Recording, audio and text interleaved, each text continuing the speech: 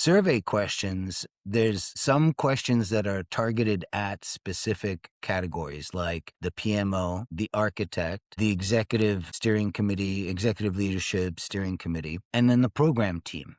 And by that, I mean everyone else that works in the program. That could be system integrator, could be contractors, could be your subject matter experts. Hopefully you have some dedicated from the business, and your business process leaders, the people who are supposed to be signing off on the transformation of processes, and so on. So you've got these categories of users and you ask them these questions, as well as some common questions that are across all roles. And very quickly, you're going to see a clear picture of where is their alignment and where is there a gap. And by gap, I mean either decisions not being documented, decisions being held up, sitting, in a bottleneck because, someone's out on a family leave or someone's focused on hitting their numbers or whatever it is. You can get these decision bottlenecks or decisions being made in a vacuum because those people aren't available, those sorts of things. So by surveying the the program team members and understanding how they're making decisions, escalating decisions, ensuring accountability of decisions, making sure decisions are aligned with strategic objectives,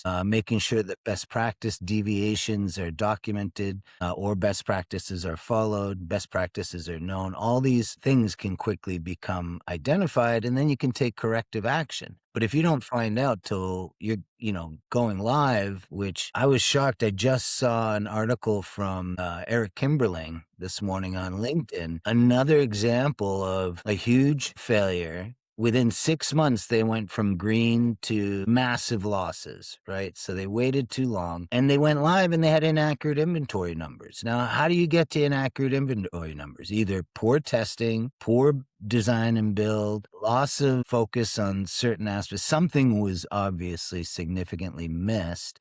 And somewhere someone knew that. And because there was a disconnect between the steering committee, the focus on managing risk and success got disconnected from, I got to complete this task, so I'm going to make a decision, or I'm just going to move forward, or whatever it is. Something there was clearly disconnected. I think using something like ControlledGo-Live, I mean, what you've shown me with ControlledGo-Live, I think would help a lot with those scenarios before people go from that green status to, I wouldn't even say red. The example there, I also saw the article this morning, and it's really damaging for the business and has really dramatic outcomes that could be detriment to the business surviving.